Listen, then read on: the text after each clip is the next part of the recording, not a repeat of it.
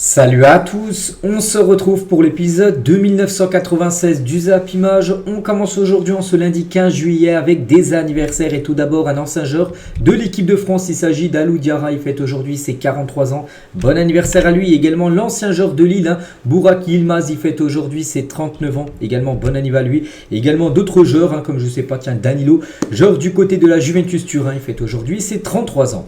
On continue, on va parler maintenant de tout ce qui s'est passé sur ce week-end et c'est simple, ce week-end, il y avait les deux grosses finales, la finale de l'Euro et la finale de la Copa América. On va commencer tout d'abord avec l'Euro, c'était hier soir la rencontre, l'Espagne contre l'Angleterre et c'est l'Espagne qui s'est imposée 2-1 lors de cette grande finale. Donc les trois buteurs, Nico Williams et Oyarzabal côté espagnol contre un but de Cole Palmer côté anglais. Donc félicitations à l'Espagne, j'ai regardé le match. Pour moi, il n'y a rien à dire. L'Espagne était au-dessus de l'Angleterre. Donc l'Espagne, les gars, c'est l'équipe qui a eu le plus de possession de balles, l'équipe qui a eu le plus de tirs, l'équipe qui a eu le plus de tirs cadrés. Donc voilà, logiquement, l'Espagne s'est imposée lors de cette rencontre. Puis voilà, ils ont été meilleurs. Et même, de toute façon, ça a été la meilleure équipe du tournoi. Il n'y a rien à dire. Donc félicitations à l'Espagne. C'est l'équipe qui remporte tout simplement ce championnat d'Europe des Nations 2024. Comme j'ai dit, pour moi, c'est mérité. Même si au début du tournoi, on ne les mettait pas parmi les favoris, on mettait plutôt, moi personnellement, je mettais plutôt l'équipe de France, le Portugal, l'Angleterre, mais aucune de ces trois équipes. Eux, ils étaient plus considérés comme les outsiders, on va dire le cran en dessous. Mais voilà, c'est eux qui remportent bien sûr ce trophée. C'est mérité parce que voilà, l'Euro n'a pas été monstrueux, ça n'a pas été le meilleur Euro de l'histoire, mais c'était l'équipe qui s'en est mieux sortie, c'était l'équipe la plus régulière. Donc voilà, il n'y a rien à dire. Félicitations à eux, les nouveaux rois d'Espagne en une du journal L'équipe aujourd'hui. Donc le sport espagnol aussi a fêté hier sa fête nationale, tandis qu'à Wimbledon, Carlos Alcaraz conservait son titre, le tennisman. Les footballeurs de la sélection espagnole devenaient pour la 4e fois champions d'Europe. Donc bien sûr, même en Espagne, les unes reviennent par rapport à ce titre. L'Espagne est dans la gloire avec bien sûr ce nouveau Euro remporté bien sûr.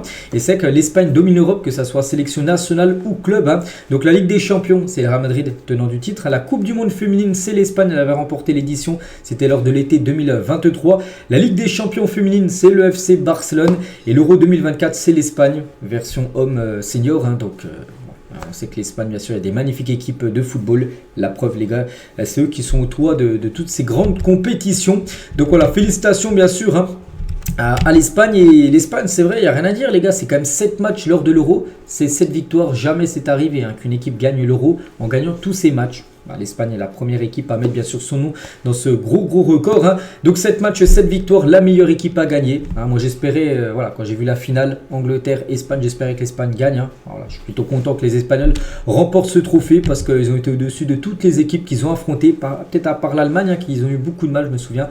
Ça allait jusqu'en prolongation tout ça, où l'Allemagne avait touché 2 fois le poteau. Là je parle du quart de finale. C'est peut-être contre cette équipe où ils ont le plus galéré. Sinon toutes les autres équipes, que ce soit plutôt l'Angleterre hier, l'équipe de France qu'ils ont très bien géré, la Géorgie ou même les 3 matchs de poule, ils ont gagné 3 matchs. Ça a été un Euro, on peut dire, très maîtrisé, on va dire, de cette équipe espagnole. Donc 15 buts marqués pour seulement 4 buts encaissés, surtout du jeu. On a vu des grandes équipes produire aucun jeu. Vous savez, les équipes que je parle. Mais eux, les gars, ils ont resté du premier match jusqu'au dernier match. Ils ont resté toujours avec leur philosophie de jeu, tout ça. Et voilà, le football a gagné et ça fait plaisir. Et c'est quel parcours quand même pour l'Espagne.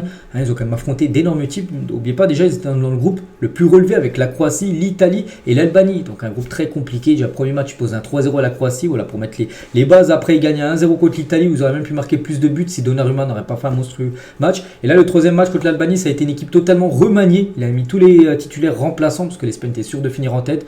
Ils ont quand même gagné le match 1-0. Donc contre la Géorgie, souvenez-vous, ils avaient perdu ils perdaient 1-0, un but je sais plus c'est qui, Varachile, je crois, ou un but contre son camp, je crois, ça avait été lors de ce match-là. Puis après, ils avaient commencé à marquer. Rodri avait égalisé, puis après, ça a été une formalité. Contre l'Allemagne, je dis, ça a été plus compliqué, mais bon, ils ont quand même gagné à la fin de la rencontre. Donc contre la France, la France, c'est quand même la seule équipe, avec la Géorgie, à avoir mené contre l'Espagne. Donc voilà, et l'Angleterre, une finale maîtrisée. Donc voilà, ce magnifique parcours, j'ai dit en grosse équipe, ils ont affronté quand même la France, l'Angleterre, l'Allemagne, l'Italie ou même la Croatie, des énormes teams. À chaque fois, ils ont réussi à s'imposer. Et du coup, l'Espagne sacrée à 4 reprises un record. Premier Euro remporté, c'était en 1964. Et après, il y a eu ceux de 2008, 2012 et 2024. Donc voilà, félicitations bien sûr à cette équipe et c'est simple, hein, l'Espagne devient la nation la plus titrée de l'histoire de l'Euro avec 4 titres. Hein. Devant l'Allemagne, c'est 3 trophées, la France et l'Italie, 2 trophées pour ces 2 sélections. Et du coup, le palmarès complet de l'Euro avec la première édition en 1960 jusqu'à la dernière, la 2024, où c'est l'Espagne donc qui succède bien sûr à l'Italie et au Portugal qui avaient remporté les 2 dernières éditions. Il avait encore vu juste cette publication, les gars, qui date du 6 juin 2016. 2016, on est quand même en 2024 et à chaque fois il disait oui qui va gagner et le meilleur joueur du tournoi. Il avait vu le Portugal avec Griezmann en tant que meilleur joueur, hein. La France gagner avec Modric en tant que meilleur joueur du tournoi. Enfin IDK, merci à ceux qui m'ont dit, hein, parce que je me suis dit mais c'est quoi ça, enfin oui c'était logique, c'était et donc nous en gros je ne sais pas, hein, des fois ils ne savaient pas, donc là il a mis l'Espagne, en gros il ne sait pas qui était le meilleur joueur, donc là le meilleur joueur de ce tournoi c'est Rodri, hein, qu'on parlera tout à l'heure. Donc pour la prochaine Coupe du Monde il voit le Portugal s'imposer, hein, ce serait la première victoire en Coupe du Monde du Portugal, avec Mbappé meilleur joueur du tournoi, hein, ce serait peut-être un Portugal-France, Mbappé meilleur joueur, c'est peut-être qu'il atteint la finale, donc on verra, mais voilà, moi je valide, même si la France la perd en finale en 2026, hein, si tu gagnes l'Euro 2028 et la Coupe du Monde 2030, alors là je signe directement. Bon, c'est seulement des probabilités, mais pour l'instant, il a tout juste, hein, quand même. Celui qui avait publié ça il y a déjà 8 ans. Et c'est incroyable, hein, quand même, du côté de l'Espagne. Je dis l'Espagne domine le football européen, voire peut-être mondial, enfin pas pour l'instant mondial, mais voilà, pour l'instant européen. Et depuis 2002, un club ou sélection espagnole a toujours remporté une finale qu'il ou elle a disputé 26 finales en tout. Donc là, on parle des grandes compétitions, donc la Ligue des Champions, la Ligue Europa, la Coupe du Monde ou l'Euro, hein, depuis 2001, mai 2001. C'est que sur le Real, quand ils vont en finale, ils gagnent. Quand c'était Séville qui allait en Ligue Europa, ils gagnent. Quand c'est Coupe du Monde, l'Espagne en 2010 a gagné. Quand c'est l'Euro, les 3 dernières finales, à 2008, 2012, 2024, l'Espagne s'est imposée. Donc les 27 finales ont toutes été remportées par les équipes espagnoles. C'est quand même fou, hein. Il y a seulement une équipe qui a réussi à battre l'Espagne, mais bon, c'est pas en Ligue des Champions, Ligue Europa, Coupe du Monde, Euro. C'est notre compétition, c'est la Ligue des Nations. C'est la France, tout simplement. Seule la France a empêché l'Espagne de remporter une finale lors de la Ligue des Nations 2021. Voilà, hein, comme l'Espagne, quand ils vont en finale, les gars, ils sont formatés à remporter tout simplement la finale. On va parler du sélectionneur Luis de la Fuente qui avait remplacé Luis Enrique après la Coupe du Monde, quand même loupé. Je crois qu'ils étaient sortis dès les 8e de finale lors du Mondial 2022. Donc, c'est vrai que lui, il est arrivé et voilà, il devient le premier entraîneur de l'histoire à remporter l'Euro U19, l'Euro U21 et l'Euro Senior. Il a remporté l'Euro à chaque fois dans toutes les catégories où il a pu entraîner du côté de l'Espagne. Et c'est que c'est pas mal, hein, ce coach voilà, qui va rester en place bien sûr jusqu'à la future Coupe du Monde. Hein, l'Euro 19, l'Euro U21, l'Euro 2024. La Nation League a remporté et 2e au JO de Tokyo en 2021. Donc voilà. Sacré palmarès quand même pour Luis de la Fuente. On continue bien sûr sur ce match, sur cette finale et maintenant sur le match pur, les gars. Qui a fini meilleur joueur du match? C'est lui, les gars, c'est Nico Williams, le meilleur joueur, et il a remporté le dernier prix MVP, on peut dire, de ce tournoi, vu que l'Euro maintenant est officiellement terminé. Donc déjà, buteur juste à la mi-temps, enfin la reprise de la mi-temps, il y a 0-0 à la mi-temps. 46e, il marque ce très beau but où Pickford, bon, il peut rien. Hein.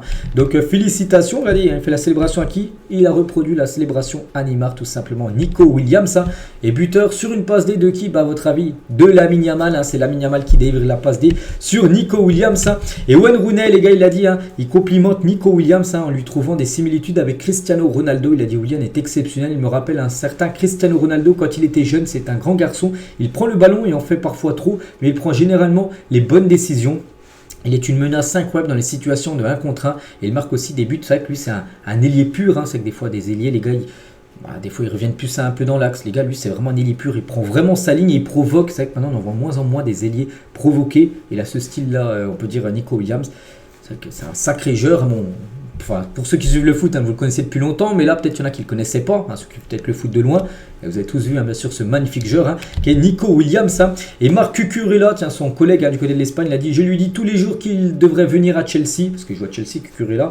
Il nous aiderait beaucoup, hein. Il est plus que le bienvenu et il le sait. Hein. Bon, après, ouais, il va être convoité. C'est très compliqué quand même pour Bilbao de le conserver. Bon, il y a Chelsea, hein, qui serait, parce que Chelsea aimerait le recruter, hein, mais il y a surtout le Barça, les gars, qui est, je pense, la future destination, bien sûr, de Nico Williams. Hein, et le Barça peut avoir un sacré duo dans son effectif la saison prochaine, avec Nico, avec Lamine Yamal qui est déjà là, mais Nico Williams, ailier gauche, Lamine Yamal, ailier droit, et Lewandowski en numéro 9. Hein, ça peut être très, très lourd, hein, du côté du club Blaugrana. Il y a vraiment des chances, hein, et surtout la semaine dernière, je l'avais dit, hein, que le Barça allait passer à l'action dès que l'Euro était fini. Donc là, tiens, l'Euro est fini depuis hier soir.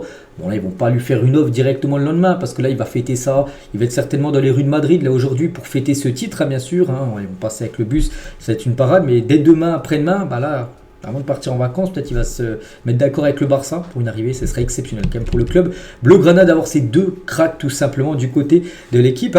N'oubliez pas que ces deux joueurs en plus ont fêté leur anniversaire, donc Lamine Yamal a fêté son anniversaire la veille de la finale, donc samedi, et Nico Williams c'était vendredi, c'était le jour d'avant, donc voilà, magnifique cadeau d'anniversaire, il remporte tout simplement ce magnifique euro. Et concernant Lamine Yamal, et c'est officiel, Lamine Yamal donc décisif avec une passe D hier lors de la finale, donc il est élu meilleur jeune joueur de l'euro. Donc félicitations à lui, c'est vrai qu'il a fait un euro magnifique, Lamine Yamal. Donc 2024 c'est lui, en 2020 ça avait été Pedri qui avait été le meilleur jeune joueur de l'euro, et en 2016 ça avait été un certain Renato Sanchez. Donc il finit quand même la compétition avec un but marqué contre l'équipe de France, on se souvient ce magnifique enroulé en pleine lucarne, et 4 passes décisives, 4 passes D quand même, il finit meilleur passeur du tournoi. Donc voilà, Lamine Yamal c'est ça, Nico Williams c'est 2 buts, une passe D, donc ils ont été décisifs quand même sur 3 buts ensemble et 5 passes D, le duo combiné. En 7 matchs de l'Euro, c'est quand même exceptionnel, voire 6 matchs, parce qu'il y a un match qu'ils n'avaient pas joué contre l'Albanie lors du 3e match de poule. Et auteur de 4 passes D donc depuis le début de la compète. Donc Lamine Yamal est le meilleur passeur décisif de l'Euro 2024, on le félicite. Et c'est vrai que si on compare avec le meilleur passeur de l'histoire de l'Euro, c'est Cristiano Ronaldo. Donc le meilleur passeur D avec 7 passes D en 6 tournois, 6 euros, 7 passes D. Lui il est déjà à 4 passes D en un tournoi à 17 ans, donc on pense... Si je fais une belle carrière, encore plus de 20 ans du côté de l'Euro de l'Espagne, peut-être rejoint encore 5, voire peut-être 6 tournois comme Cristiano Ronaldo. Donc il n'est plus qu'à 3 passes D d'égaler Cristiano Ronaldo, le meilleur passeur D de l'histoire des Euros. Donc oui, il y a des chances qui reviennent sur lui bien sûr. Avant, parce qu'il est tout jeune, il a seulement 17 ans et 2 jours maintenant exactement pour Lamine Yamal. Et Lamine Yamal est devenu donc hier le plus jeune joueur de l'histoire à disputer aussi une finale de l'Euro à 17 ans et 1 jour, donc lors du match hier. Donc avant, le recordman c'était Renato Sanchez en 2016, 18 ans et 328 jours. On peut voir qu'il a quasiment amélioré de plus de 2 ans quasiment le record de Renato, on peut dire, il a mis. Et avant c'était Cristiano Ronaldo en 2004, mais voilà, il a mis la barre très haute, parce que il faudrait qu'un joueur soit titulaire en finale d'un euro à quasiment 16 ans, il a 17 ans. Peut-être ça arrivera dans le futur, mais il a mis la barre très haute, on peut dire. Lamine Yamal, et il est devenu également le plus jeune joueur de l'histoire à disputer une finale de tournoi majeur, battant le record de Pelé qui datait de 66, parce que là on parle de l'Euro, là en finale de l'Euro, mais si on prend dans le monde, c'était une finale de Coupe du Monde où il y avait Pelé à 17 ans et 249 jours, on peut voir qu'il fait mieux de 248 jours tout simplement Lamine Yamal sur Pelé qui avait joué la Coupe du Monde 1958. Il a même gagné bien sûr cette Coupe du Monde, il a remporté 3 bien sûr Pelé. Donc voilà, Lamine Yamal a fait encore mieux, plus de 200 jours, c'est totalement fou. Et surtout c'est que sa carrière ne fait que commencer, les gars, il a seulement 17 ans, on a l'impression qu'on parle de lui depuis déjà pas mal de temps. On sait que moi je fais beaucoup de vidéos depuis 5-6 ans, même voire plus. Et j'en parlais déjà il y a 5 ans, j'ai dit attention à ce joueur les gars, du côté du Barça, tout le monde en dit que du bien. Regardez maintenant, on voit déjà il a déjà 1 euro à 17 ans, incroyable, il finit meilleur jeune joueur de l'Euro, c'est totalement fou, et sa première saison complète, donc 17 ans depuis avant-hier, donc c'est 64 matchs, toutes compétitions confondues, c'est 10 buts, 18 passes D sur sa première saison complète, des très belles stats en professionnel, surtout pour un adolescent. Un mineur, il n'a toujours pas 18 ans. Bref, il a gagné l'Euro, meilleur jeune de l'Euro 2024 et meilleur passeur de l'Euro 2024. Quel joueur, ce Lamine Yamal. Et regardez tous les records maintenant de précocité brisés par Lamine Yamal dans sa très jeune carrière. Plus jeune vainqueur d'un tournoi majeur en sélection, plus jeune joueur à jouer, être décisif dans une finale d'un tournoi majeur hier. Plus jeune vainqueur du trophée du meilleur jeune joueur de l'Euro. Plus jeune buteur de l'Euro, plus jeune joueur à jouer les phases finales de la Champions League avec le Barça là, plus jeune joueur et passeur de l'histoire de la Champions League, plus jeune champion d'Espagne, plus jeune buteur de l'histoire de la Liga, plus jeune joueur à jouer et à marquer avec la sélection espagnole, plus jeune joueur à jouer et à marquer avec le FC Barcelone, plus jeune joueur à inscrire un doublé en Liga et plus jeune buteur de la Super Coupe d'Espagne. Rien que ça les gars, rien que ça, il a déjà mis la barre très haute sur tout ça. Bon, il y a peut-être des records qui seront battus bien sûr. Voilà, dans les futures années, mais voilà, il y en a quand même pas mal, bien sûr, Lamine Yamal. Et à la fin du match, bien sûr, il y avait toute sa famille, on peut voir, il est accompagné de sa maman et de son petit frère. Voilà, donc voilà quelques photos de Lamine, bien sûr, en train de célébrer tout ça. Il y avait même sa copine, je ne sais même pas qui est en couple, une petite info, parce qu'on a pu voir sa copine hier à la fin de la rencontre, bien sûr. Donc maintenant, il va pouvoir partir en vacances, des vacances méritées. Il ne jouera pas, bien sûr, vu, la fédération espagnole, Ça aurait voulu qu'il joue à les JO sur le Barça, parce que le Barça là, son mot à dire, ils diront non totalement. Il a besoin de souffler bien sûr Lamine Yamal pour éviter bien sûr de lui enchaîner trop de matchs après, bien sûr risquer une blessure. Donc voilà, et puis son papa bien sûr très content. Donc le père de Lamine Yamal, moi aussi je suis champion. Donc il était là à tous les matchs de son fils et bien sûr il savoure la victoire de son fils et de la sélection espagnole. Et Wayne Rooney se retrouve en Lamine Yamal. Il a dit Lamine Yamal me rappelle un peu comment j'étais à l'Euro 2004, un adolescent qui s'amusait beaucoup. C'est vrai qu'il s'amuse beaucoup, il est tout jeune, il a 17 ans les gars. Lionel Simon, le gardien, qui a plus de 30 ans, lui, le gardien de l'Espagne. Dans le but, j'étais nerveux pendant que Lamine et Nico dansaient, s'amusaient quand ils allaient en route pour la finale à Berlin hier. Donc ces gars n'ont pas de limite. Donc voilà, eux vraiment ils étaient toujours en train de rigoler et voilà, en plus ils finissent avec le tournoi gagné, c'est totalement faux. On va parler aussi d'un joueur les gars, on parle beaucoup de Lamine, Nico, tout ça. Et lui les gars il nous a fait un euro de fou les gars, c'est Rodri élu meilleur joueur de l'euro 2024, quel joueur Donc il est la pièce maîtresse de cette équipe espagnole et incontestablement le meilleur joueur du monde à son poste au milieu de terrain, quel joueur les gars. Donc voilà, donc déjà il succède par exemple à Donnarumma qui avait remporté le prix en 2020, ou Griezmann qui avait remporté le prix du meilleur joueur en 2016. On peut retenir des Espagnols comme Iniesta, comme Xavi qui avait remporté aussi ce prix là. Zidane l'a remporté en 2000, le meilleur joueur de l'euro, c'est lui. Donc il y a le meilleur jeune joueur, c'est Lamine Yamal, le meilleur joueur tout court, ou ça aurait pu être aussi Lamine Yamal, mais c'est tout simplement Rodri. Donc la saison est juste dingue de Rodri. L'Euro, la Première Ligue, la Coupe du Monde des clubs, la Super Coupe de l'UEFA. Invaincu toute la saison avec l'Espagne. Une seule défaite hors tir au but avec Manchester City. 64 matchs, toutes compétitions confondues. 12 buts, 15 passes D. Quel joueur les gars. Il va finir très très haut dans le Ballon d'Or. Bon, je pense pas que ça va suffire pour gagner le Ballon d'Or parce que maintenant on regarde les buts, tout ça. Et 12 buts, 15 passes D. C'est vrai qu'aussi la Ligue des Champions, il a floppé. Enfin floppé. Bon, il atteint quand même l'écart, mais... Bien sûr, il y aurait la LDC remportée, ça aurait été sûr, ça aurait été lui le vainqueur du Ballon d'Or, mais avec l'élimination contre le Real en quart de finale, ça va être compliqué pour Rodri, mais il aura certainement sa place sur le podium, Rodri, du futur Ballon d'Or, et mettez du respect sur le nom de Rodri. La saison dernière, Ligue des Champions remportée avec City, meilleur joueur de la LDC. La saison dernière. Et là, l'Euro 2024, meilleur joueur de la compétition. Quel footballeur. C'est vrai qu'on parle beaucoup des grands milieux de terrain espagnols comme Iniesta, comme Xavi, mais on pourrait peut-être le considérer lui aussi peut-être dans l'équipe type de l'histoire de l'Espagne avec Iniesta, Xavi, et bien peut-être lui aussi, bien sûr. Le joueur Rodri depuis 2023, donc Rodri c'est plus de trophées, 8 trophées que de défaites qu'il a eu depuis avec l'Espagne, ou même avec City, seulement 4, donc incroyable. Ce joueur Rodri. On va parler aussi de Dani Carvajal, il n'avait pas joué la demi contre l'équipe de France parce qu'il était suspendu meilleur jeudi, qu'il était titulaire, il était titulaire. Et voilà, de nouveau un gros trophée remporté par Carvajal. Et lui les gars, grosse saison, LDC et Euro remporté, la Liga et la Super Coupe d'Espagne.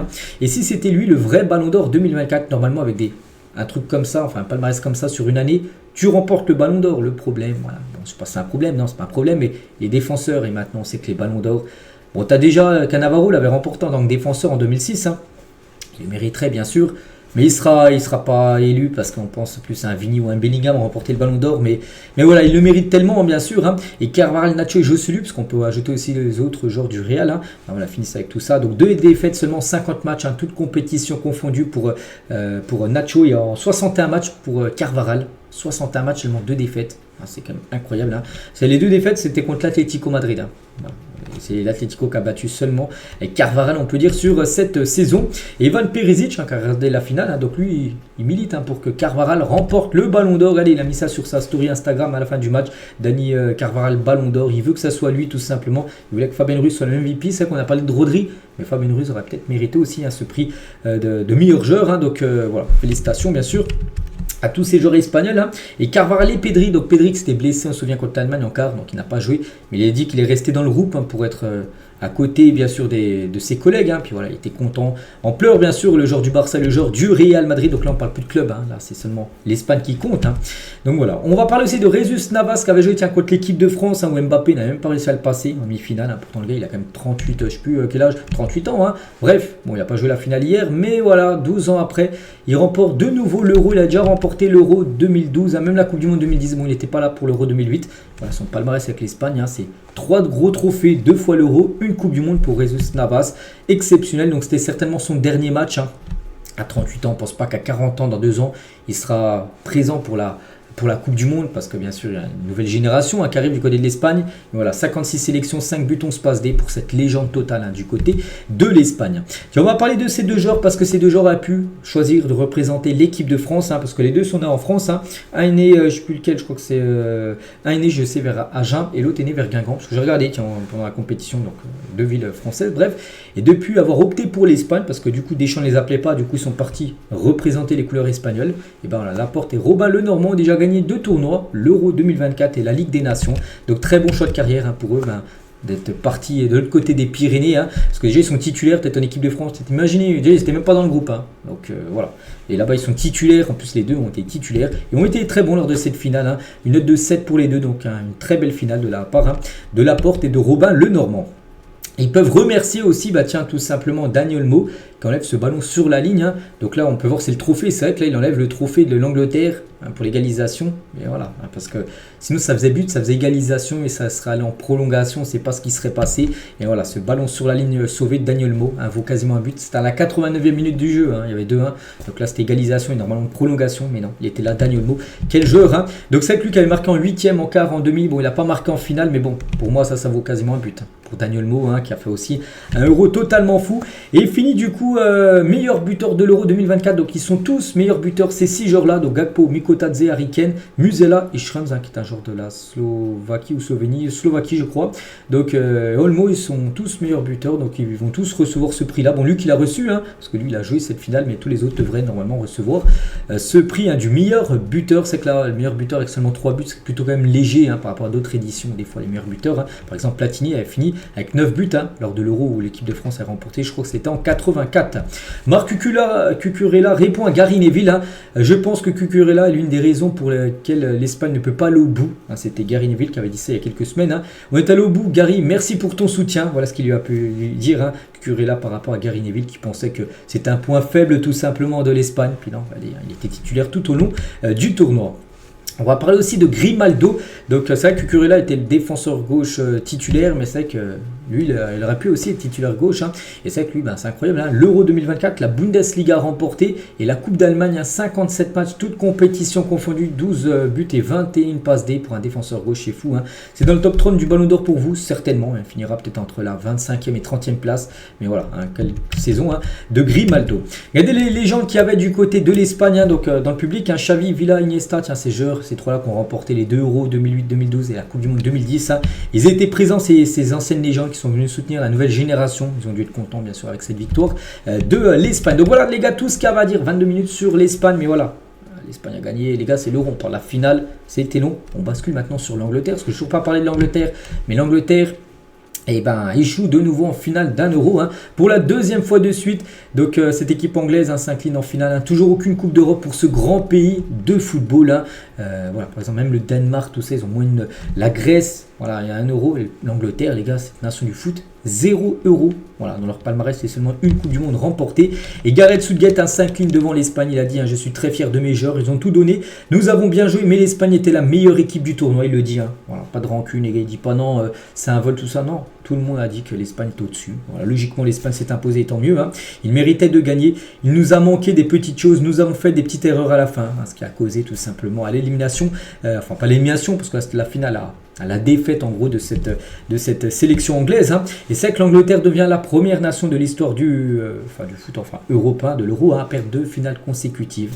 2 fois ils vont en finale. Ils avaient perdu contre l'Italie au tir au but chez eux. En plus, je crois qu'elle est encore plus douloureuse, celle il y a 3 ans, parce que c'était chez eux au tir au but, tout ça. Et là, ils perdent de nouveau, là où l'Espagne a été bien meilleure. Voilà, que la sélection anglaise, c'est que l'Angleterre n'a plus remporté de titre majeur depuis le mondial 1966, la seule Coupe du Monde, enfin, seul trophée qu'ils ont pu remporter cette sélection. Et c'est vrai qu'on n'oublie pas les provocations du journal The Sun, un journal anglais, avant France-Angleterre. Là, c'était le quart de finale de la Coupe du Monde, où depuis ces 2 défaites dans ces plus grands matchs. Donc France-Angleterre, quart de finale, ils avaient perdu 2-1 contre l'équipe de France. Et Espagne-Angleterre, 2-1 hier. C'est qu'ils avaient nargué, peut-être le karma, j'en sais rien. Ils avaient mis le roi Harry. Au revoir les Gaulois, tout ça. Et depuis, lors des très grands matchs, voilà, Coupe du Monde, ou la finale de l'Euro, à chaque fois ça a été revers, on peut dire. Pour cette sélection, c'est que les deux équipes avoir éliminé l'Angleterre, l'Espagne hier et la France avaient éliminé l'Angleterre. Donc voilà. Tu avais 11 participations pour 0 sacre à l'Euro. Personne ne fait pire que l'Angleterre. Voilà, c'est une équipe qui est souvent là, ils arrivent à se qualifier comme l'Angleterre pour jouer l'Euro. Ils n'ont jamais remporté l'Euro, donc voilà, ça c'est aussi un gros coup dur pour cette sélection. Et la malédiction continue, les gars, pour Harry Kane, c'est fou, Harry Kane. On se pensait, là, cette saison, déjà, il arrive au Bayern. On se dit, au Bayern, chaque année, depuis plus de 15 ans, il gagne à chaque fois au moins un trophée. Il arrive, 0 trophée. Là, on s'est dit, oula, c'est chaud. Et là, il arrive en finale, on se dit, est-ce que c'est la bonne? Non, il perd encore, Harry Kane. C'est fou, donc il passe encore devant le trophée sans le toucher, sans le brandir tout simplement. Et Harry Kane a perdu les 6 finales qu'il a jouées durant sa carrière club plus sélection. Donc la finale de l'Euro, la Super Coupe d'Allemagne, c'était lors du mois d'août 2023 contre Leipzig. Vous avez pris un 3-0 contre Daniel Olmo, qui lui a fait mal hier. On se souvient son sauvetage sur la ligne. La finale de l'Euro 2021, la finale de la League Cup avec Tottenham, la finale de la Ligue des Champions avec Tottenham contre Liverpool et la finale de la League Cup en 2015. Bon, il avait fini aussi deuxième de Première Ligue. Bon, c'est pas une finale, mais voilà, il a quand même perdu 6 finales. Les 6 finales qu'il a disputées, les 6 défaites pour Harry Kane. Un chat noir, certainement, je sais pas. Bon, après, il n'a pas de chance, c'est comme ça. Et la réaction d'Harry Kane, les gars, c'était un match difficile. Je n'ai pas les mots. On a pourtant bien réussi à égaliser, mais on n'a pas réussi à garder le ballon. Je ne sais pas quoi dire. On n'a pas gardé la même intensité et la même pression. C'était notre dernière chance pour essayer de gagner le tournoi. Bah oui, en finale, et voilà, de nouveau. L'Angleterre a échoué, on peut dire, dans son rêve de remporter ce prix, ce trophée plutôt. Et Harry Kane, surtout, bon voilà, il aurait pu faire une grande finale, mais perdre. Il a fait une petite finale, il a été pas bon. Voilà, une note de 3 sur 10, les gars. Dans les journaux anglais, voilà, par rapport à sa performance, 3 sur 10, c'est mauvais match de la part d'Harry Kane. Regardez, il y a une petite info concernant les finales. Là, et la finale qui avait été jouée il y a 3 ans, il a touché seulement un ballon dans les surfaces, en gros, de l'Italie et de l'Espagne. Un ballon sur les 2 finales. Dans la surface, c'est quand même très peu pour un joueur du calibre d'Harry Kane. On va parler aussi de Phil Foden. Quelle déception Phil Foden lors de cet Euro. On aurait pu faire le hold-up pour remporter l'Euro, mais en faisant un tournoi, lui personnellement, très moyen, très mauvais. 7 matchs, 0 but, 0 passe. N'oubliez pas qu'il a été le meilleur joueur de Première Ligue avec City il y a quelques semaines où il a été exceptionnel avec son club. Mais en sélection, les gars, il n'a rien apporté. 0 but, 0 passe D pour le tournoi de Phil Foden. On va parler de Jude Bellingham qui s'excuse auprès des supporters anglais, bien sûr, qui étaient en nombre. Il y a 3/4 du public qui était anglais, hier pour cette rencontre. Voilà, Bellingham a remporté la LDC en finale. Et bien, il échoue en finale, mais avec sa sélection, il était très déçu. Bien sûr, Jude Bellingham, à la fin du match, regardez, il est parti, il y a les glaciers, il y a toutes les gourdes, il est parti mettre un gros coup de pied dedans. Donc, on peut comprendre, bien sûr, sa frustration. Mais bon, lui, il a quand même délivré la passe D. Voilà, passe D en finale de Ligue des Champions. Passe D en finale de l'Euro 2024. Jude Bellingham, donc passeur D. Bon, une finale gagnée, une finale perdue. Pour le joueur anglais, donc sa passe D hier, ça a été pour le but de Cole Palmer. Un très beau but de Cole Palmer, les gars, qui a égalisé, qui a permis encore à l'Angleterre comme d'avoir l'espoir de revenir bien sûr dans ce match. Ils sont revenus, mais bon, ils ont pris cet autre but de Zarbal en fin de rencontre. Et Cole Palmer, c'est fou, il a quand même eu peu de temps de jeu. Allez, il est rentré à 70e, 3 minutes après, il a été buteur. C'est que c'est un joueur qui aurait mérité certainement d'être titulaire dans pas mal de matchs. Mais voilà, Gareth Southgate préfère le mettre sur le banc et mettre des joueurs plutôt comme Phil Foden, qui a énormément, on peut dire, déçu du côté de l'Angleterre. Encore une grosse déception pour les supporters. Voilà, donc par exemple dans les pubs anglais, tout ça, donc tout le monde, enfin la plupart, on regardait ça sur écran géant et bien sûr beaucoup de tristesse. Et du côté de l'Espagne, parce que actuellement c'est les vacances, le mois de juillet, donc il y a beaucoup d'Anglais en vacances en Espagne, et de violentes bagarres entre supporters anglais et espagnols sont survenus à Benidorm, je crois que c'est dans le sud de l'Espagne, station balnéaire de la côte espagnole célèbre auprès des Anglais désireux de passer quelques vacances au soleil. C'est vrai que du côté de Benidorm, il y a beaucoup d'Anglais, vraiment là-bas ils se déplacent en nombre. Hier ils ont suivi la rencontre, puis il y a eu beaucoup de bagarres, il y a même des personnes, ils se sont allongés là, un maillot rouge, je pense à un supporter espagnol, et à côté un maillot blanc. Donc il y a des bagarres à la fin de cette rencontre où ça a totalement dégénéré. La prédiction ratée pour le jeu eSport FC, ils avaient dit l'Angleterre, avant le tournoi ils font leur simulation là sur leur jeu. Ils avaient mis l'Angleterre équipe gagnante. Du coup, non, ils ont perdu, bien sûr. Ils n'ont pas vu le bon prono, on peut dire. Et une petite info aussi, on peut aussi parler un peu de l'arbitrage parce qu'il y avait un Français. C'était l'arbitre, les gars. Il a réussi totalement son match, une note de 7 sur 10 par rapport à l'arbitrage de François Le Texier. Donc, dernier arbitre français à arbitrer une grande finale depuis Michel Vautreau. C'était en 1988, un dernier arbitre français à arbitrer une finale, soit d'une Coupe du Monde, soit d'un Euro. Donc, voilà. Donc, ça leur faisait 36 ans qu'un arbitre français n'avait pas officialisé lors d'une compétition majeure. Et âgé de 35 ans et 82 jours, Le Texier est devenu le plus jeune arbitre à arbitrer une finale de l'Euro. Voilà, félicitations. En plus, c'est une finale où il n'y a pas de scandale sur un truc d'arbitrage, tout ça. Non, il a très bien géré tout ça. François Le Texier, donc félicitations, on a de la chance d'avoir cet arbitre-là dans le championnat français. C'est pour la saison future. Et on clôture les gars cette page euro, vu que là on a fait tout le tour. Hein. Et si vous n'aviez qu'une chose à retenir de cet euro 2024, ça serait quoi?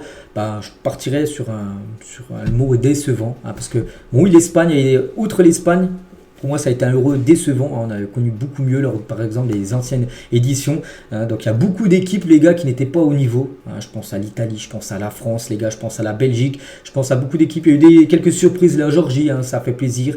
Et voilà, seule satisfaction, il y a eu l'Espagne, bien sûr. Peut-être l'Allemagne, mais bon, il y a eu ce Allemagne-Espagne qui aurait certainement dû être la finale, tout simplement, de cet euro. Donc voilà, les gars, ce qu'il y a à dire sur ce championnat d'Europe des nations. On bascule aussi avec la Copa América qui avait lieu cette nuit. On va revenir un peu plus rapidement sur cette compète que j'ai pas vue parce que c'était dans la nuit. Bref, l'Argentine contre la Colombie et c'est l'Argentine qui s'est imposée 1-0 après prolongation. N'oubliez pas que lors des demi, lors des quarts, s'il y avait match nul, c'était directement tir au but. Mais pour la finale, exception, ça vaut prolongation. Et du coup, en prolongation, c'est Lautaro Martinez qui inscrit l'unique but de cette finale. Et du coup, l'Argentine s'impose et remporte cette Copa América. Bon, j'ai pas vu le match, mais bon, d'après les stats, parce que moi j'aime bien aussi regarder un peu les stats, c'est vrai que la Colombie, il y a eu plus de tout, voilà, plus de possession, plus de tirs cadrés, quasiment le double, 5 pour l'Argentine, 9 pour la Colombie. Mais les gars, 9 tirs cadrés pour la Colombie. 0 but, 0 but marqué. 9 arènes, Martinez qui a encore fait une finale de fou, les gars. Quel gardien, certainement, oui, on peut le dire, le meilleur gardien de l'histoire de l'Argentine, Martinez. Donc voilà, c'est l'Argentine, les gars, qui s'impose et qui remporte de nouveau cette Copa América. Sa 16e de son histoire après 2021. Regardez, de 2021 à 93, ils avaient attendu beaucoup d'années, les gars, plus de 30 ans pour remporter une Copa América avant qu'ils remportaient souvent, on peut voir. Mais voilà, là, c'est vrai qu'ils sont en train de renchaîner, ils sont repartis dans une spirale, mais ils remportent tout, là, l'Argentine. Parce que là, dans les années 2000, tout ça, c'est que ça a été très compliqué. Ils ont enchaîné beaucoup de défaites en finale. Donc, félicitations à cette sélection qui a été la meilleure, tout simplement, l'Argentine. Ils avaient eu très chaud en quart. Je me souviens, ils avaient sorti l'Équateur au tir au but. Sinon, voilà, 2-0, ils ont posé au Canada 2-0, 2-1, peu en demi-finale. Ils gagnent 1-0 la finale. Donc voilà, c'était une compétition très bien maîtrisée par l'Argentine. C'est que les 4 dernières finales disputées, 4 victoires. La Copa América 2021, la Finalissima 2022, la Coupe du Monde 2022 et la Copa América 2024. Pour cette sélection, 4 trophées en 4 ans pour l'Argentine de Scaloni. Quel coach. Donc rien à dire, les gars, à chaque fois qu'il fait une compétition, il a gagné au bout. Incroyable, bien sûr, ce coach. Et Lamine Yamal, il espérait ça et il va être content parce que ça va se réaliser. J'espère que Messi remportera la Copa América et que nous gagnerons l'Euro pour que je puisse jouer contre lui en Finalissima. Et chose faite, parce que la Finalissima, ce trophée aura bien lieu. Je ne sais pas quand, j'ai pas la date. Ça sera dévoilé très prochainement. Espagne-Argentine, ça se jouera pour savoir qui remportera cette nouvelle édition de la Finalissima. La dernière édition, c'était l'Argentine qui s'est imposée 3-0 contre l'Italie. Espérons que l'Espagne, le pays européen, il y a un peu plus de répondants tout simplement que l'Italie qui avait floppé lors du dernier tournoi de la Finalissima, on peut dire. Et c'est vrai que Messi, tu vas parler de Messi, parce qu'on parle de l'Argentine, on pense souvent à Messi. En 2020, les gars, c'était toujours son Armand à trophée 0, rien du tout du côté de l'Argentine. Si on fait le bilan 4 ans plus tard, les gars, il a déjà rajouté 4 trophées. La Coupe du Monde, je pense le plus gros trophée qu'il puisse remporter. Et déjà 2 Copa América et la Finalissima. Incroyable, bien sûr. Léo Messi, donc c'est un record parce que Messi est devenu le premier joueur de l'histoire à réaliser 8 finales avec sa sélection. Donc pour 4 gagnés, donc hier la 4e, et 4 perdus, parce qu'avant d'enchaîner 4 victoires d'affilée, et c'était 4 défaites d'affilée pour Messi en finale d'une compétition où il avait dit stop, j'en ai marre. Il a même pris sa retraite, il était revenu, les gars. Sa copine lui a dit, sa femme revient en sélection, il était revenu. Puis depuis, il a fait le très bon choix parce que là, bien sûr, il a pas le reste de fou. Imaginez, les gars, il serait parti, il serait jamais revenu. L'Argentine aurait enchaîné ses 4 victoires. Il s'en a voulu toute sa vie. Bien sûr, Léo Messi. Et Messi avec l'Argentine, c'est simple, c'est 188 matchs. C'est un record, c'est 109 buts, c'est un record, c'est 55 passes D, c'est un record, à chaque fois premier au classement et tout ça.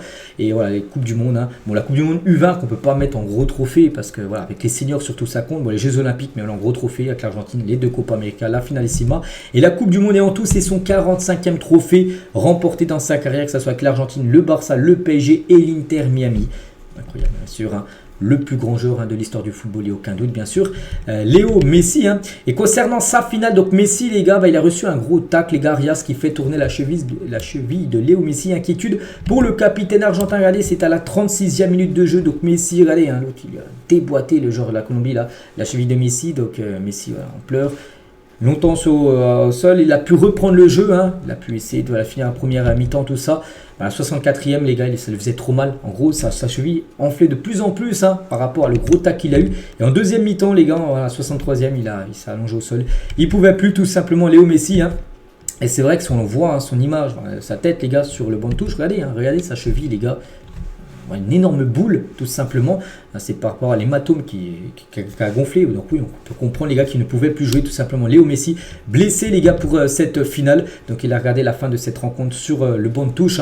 Donc voilà, Léo Messi maintenant repos de toute façon pour lui parce qu'il va prendre quelques de repos. Mais regardez les templeurs, Léo Messi les gars.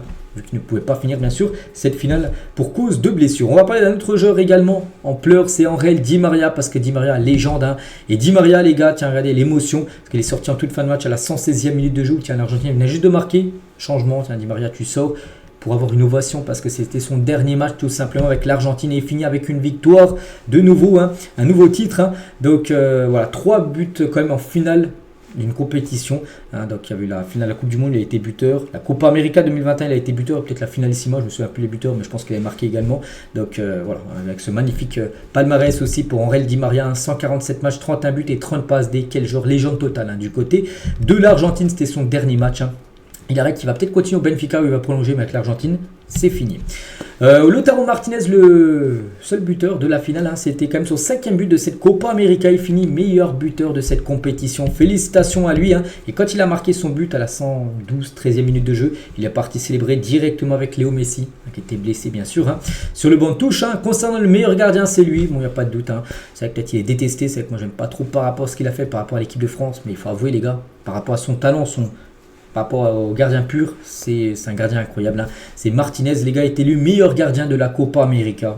Il n'y a rien à dire, il a été exceptionnel hier, 9 arrêts décisifs. Voilà, en quart de finale, il fait je ne sais plus combien d'arrêts, 2 arrêts lors des tirs au but et un penalty arrêté dans le jeu contre l'Équateur. Vraiment, l'Argentine a un énorme gardien, bien sûr, avec ce Martinez. Et Martinez, n'oubliez pas que ça fait pas beaucoup d'années, depuis peut-être 3-4 ans, depuis la 2021 il était là en place, parce qu'avant c'était un ancien gardien, je me souviens un peu comment il s'appelait, et c'est qu'avec lui c'est 4 trophées, seulement 2 défaites avec l'Argentine, totalement fou. Et les distinctions, donc meilleur gardien, je dis Martinez, meilleur buteur, bon Martinez, mais Emiliano et Lautaro, et meilleur joueur c'est James Rodriguez les gars qui finit meilleur joueur de ce tournoi. Alors, on s'en doutait, voilà, c'est bien lui, malgré la défaite en finale, il remporte ce prix. Donc voilà, 6 matchs, 1 but et 6 passes décisives, c'est un record. L'ancien record c'était Messi avec 5 passes D sur un tournoi de la Copa, il a monté la barre à 6 passes D. Rodriguez, désolé, mais ça n'a pas suffi pour remporter, on peut dire, cette Copa América. Et la Colombie qui restait sur 28 matchs d'affilée sans défaite, ils n'avaient plus perdu depuis 2022. Et ils perdent 1-0. Et du coup, au plus mauvais moment, vu que c'était une finale. Voilà, mais bon, ils ont fait une magnifique série, on peut dire. La Colombie, une magnifique compétition, parce que pour eux, bien sûr, ça avait au moins plus de 28 ans aussi qu'ils n'avaient pas atteint, je crois, une finale d'une Copa América. Et concernant cette rencontre, donc j'ai pas vu le match, mais j'ai bien fait de ne pas avoir attendu le début du match, parce qu'en gros, le match a été retardé depuis d'une heure, 1h30, parce qu'en gros, c'était un chaos total du côté des États-Unis. Pourquoi? Parce qu'en gros, regardez, par exemple, ce supporter, les gars argentins, ils ne peuvent pas organiser une Coupe du Monde, ils ne peuvent pas, en parlant de l'organisation des États-Unis, c'est à Miami, cette rencontre, c'est la finale, c'était n'importe quoi, les gars. Cette supportrice aussi, c'est un désastre, ils n'ont rien organisé. Et quand on sait que les États-Unis vont organiser, par exemple, la finale de la Coupe du Monde 2026, et vu comment ça s'est passé hier avec cette finale-là, c'était n'importe quoi, les gars. Plein de monde est rentré sans billet, plus de 7000 personnes quand même assistent à la finale sans avoir de billets. De nombreux supporters qui avaient leur place n'ont pas pu assister à cette rencontre parce qu'en gros c'était ça les gars. Regardez, il y a des supporters colombiens, ils sont passés dans les systèmes de ventilation pour essayer de rentrer dans le stade. Là ils n'avaient pas de place, pas de place, ils sont passés là-dedans pour pour accéder au stade. C'était fou les gars. Regardez, hein, ça c'est à l'entrée du stade, c'était n'importe quoi. Parce qu'il y avait les supporters, ça m'a fait penser un petit peu à la finale, la Ligue des Champions en France entre le Real et c'était qui, Liverpool en 2022 où ça a été n'importe quoi aussi. Des supporters avaient escaladé les grillages. Bah, c'était la même chose hier. Hein. Regardez, hein, voilà, c'était n'importe quoi. Ils faisaient rentrer personne. Les gens avec les billets ne pouvaient pas rentrer. Et du coup, les portes du Hard Rock Stadium viennent d'être ouvertes. Hein, des personnes entrent sans ticket pour assister. C'est même les policiers, les gars, parce que là, les policiers, ils ont fermé hein, à la clé. Tu peux pas ouvrir. Hein. Les policiers, les gars, qui ont ouvert. Et pourtant, il n'y a personne à billets, hein. Ils ont ouvert, ils ont laissé rentrer tout le monde tout simplement pour éviter en gros que ça parte encore plus en cacahuète parce que c'était n'importe quoi. Devant, regardez, hein, il y avait des effets de foule, tout ça. Heureusement, bon, j'ai pas vu de blessés ou de morts hein, parce que des fois, il peut y avoir des morts hein, dans ces situations-là. Heureusement, mais voilà, hein, ils ont été totalement débordés par la situation. Les policiers, peut-être qu'ils n'ont pas mis assez de personnes, les gars. Ils pensaient que ça allait se faire tranquillement. Voilà, non, voilà, il y avait beaucoup de passion et voilà, beaucoup de personnes sont rentrées, bien sûr, sans billet, voilà, pour cette rencontre. Hein. Bon, voilà, gagné, on va dire, par l'Argentine. Et juste pour finir avec la Copa América, on finit aussi avec cette petite finale, les gars, qui avait lieu dans la nuit de samedi à dimanche. Le Canada contre l'Uruguay, c'est l'Uruguay qui s'est imposé. Donc il y a eu 2 partout, hein, déjà. Luis Suarez égalise à la 92e minute de jeu hein, pour aller au penalty, sinon ils auraient perdu 2-1. Et au tir au but, 4-3 pour l'Uruguay qui finit du coup avec la médaille de bronze hein, pour cette Copa América et le Canada 4e. Hein. Bon, belle compétition pour eux qui atteignent quand même la demi-finale hein, pour leur première participation. Hein. Donc félicitations à ces deux nations. Et du coup, voilà, avec l'Euro et la Copa América, c'est fini. Le prochain gros tournoi majeur, les gars, international, ça sera la Coupe du Monde 2026. Il n'y aura pas d'Euro ni de Copa América en 2025. Prochain gros tournoi Coupe du Monde aux États-Unis, au Mexique et au Canada. Nouveau format, n'oubliez pas, 48 équipes contre 32, par exemple, lors de la dernière Coupe du Monde au Qatar. Hein. Passage à 16 groupes contre 8 actuellement. Il y avait 8 groupes, hein. Là il y aura 16 groupes. Hein. C'est une Coupe du Monde énorme. Hein. Les 2 premiers de chaque groupe se qualifient, plus les 8 meilleurs 3e lors de cette prochaine édition. L'apparition des 16e de finale, puisque 32 équipes sur les 48 équipes sortiront de la phase de groupe. Il y aura même des 16e de finale. Donc une compétition qui durera 39 jours. Là, par exemple, ça dure un mois à peu près. Ça sera un mois et 10 jours à peu près cette compétition, vu qu'il y aura beaucoup d'équipes. Hein. Un total de 104 matchs, hein, jusqu'à 6 matchs par jour. Hein. Ça va être fou, les gars. Je sais pas comment je vais suivre la cadence, les gars, si je fais encore des vidéos d'ici là. Bon, ouais, bref, les 16 villes qui accueilleront la compétition aux États-Unis, toutes ces villes-là. Voilà. Par exemple, Miami ou le Hard Rock Stadium, hein, voilà, où s'est déroulé bien sûr la finale hier. Hein, et la grande finale, je crois, doit se jouer de le MetLife Stadium. Je me souviens de cette info où il y a 87 157 places où se jouera cette finale de cette future Coupe du Monde. Donc là, c'est aux États-Unis. Donc il reste aussi Houston en ville américaine. 2 villes canadiennes et 3 villes mexicaines. Bon, la plupart des matchs se joueront quand même aux États-Unis. Hein. Et côté qualification, voici la répartition par confédération. En Europe, 16 qualifiés. En Afrique, à 9 par exemple. Lors de la dernière Coupe du Monde, il y en avait 5. Donc là, plus d'équipes qualifiées, 9. Hein. Donc ça, c'est une chance de plus. Hein. Asie et Océanie, 9 qualifiés. Amérique du Nord, 6 qualifiés. Amérique du Sud, 6 qualifiés. Et 2 places seront offertes via des barrages aussi. Donc voilà, concernant cette future Coupe du Monde, donc on a le temps de reparler. Mais bien sûr, elle sera énorme. Hein. Ça sera la plus grosse Coupe du Monde organisée, enfin par rapport au nombre d'équipes qui évolueront. Et du coup, maintenant, on peut le dire, les gars, ce 15 juillet, la saison 2023-2024 est officiellement terminée, vu que là, voilà, c'est l'Euro et la Copa. C'était les derniers matchs, on peut dire. Hein, maintenant, tout le monde est en vacances, à part ceux qui basculent sur les Jeux Olympiques, mais bon, ça s'arrête jamais. Donc déjà, merci à tous de m'avoir suivi sur tout l'ensemble de cette saison, les gars. Parce que voilà, je parle du football tous les jours. Donc maintenant, place au mercato. On parlera aussi un peu des Jeux Olympiques, tout ça. Et là, bientôt, ça reprend déjà, bien sûr, hein, avec par exemple des gros championnats qui reprennent hein, d'ici quelques semaines. Donc merci à vous hein, d'être aussi nombreux à me suivre tous les jours. Donc voilà, les gars, tout ce qu'il y a à dire aujourd'hui hein, sur le débrief hein, des 2 grandes finales. Donc je vous souhaite une très bonne journée et à demain.